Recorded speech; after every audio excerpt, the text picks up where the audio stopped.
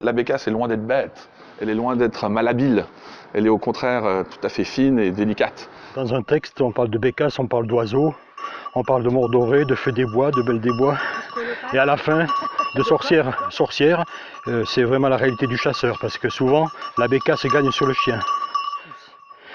Et l'oiseau ne mérite qu'une chasse traditionnelle. Un chasseur, deux chasseurs, trois ou tout au plus. Un, deux bons chiens, on essaye de prélever à l'arrêt du chien. Et si on ne prélève pas, tant pis.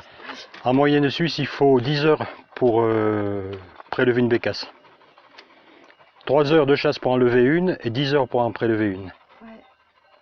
La recherche de la bécasse, c'est la chasse avec son chien. Mais ce qui est loin d'être banal, c'est le côté gustatif.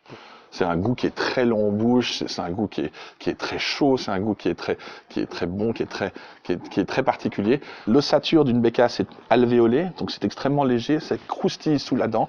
Un plaisir rare, et c'est 350-400 grammes de plumes, mais qui font une viande, une fois mortifiée, qui est absolument délicieuse.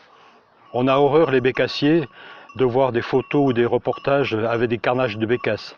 On en prélève, mais dans les meilleures conditions possibles. On respecte l'oiseau, on veut le chercher, on veut le trouver, on veut le tirer aussi, mais on n'a pas besoin de dizaines d'oiseaux. Il y a différents types d'éthiques. La nôtre, ici en Suisse, c'est de ne pas tirer un oiseau qui est posé. Du moins celle qu'on m'a apprise. Voilà. Et je respecte ça, toujours.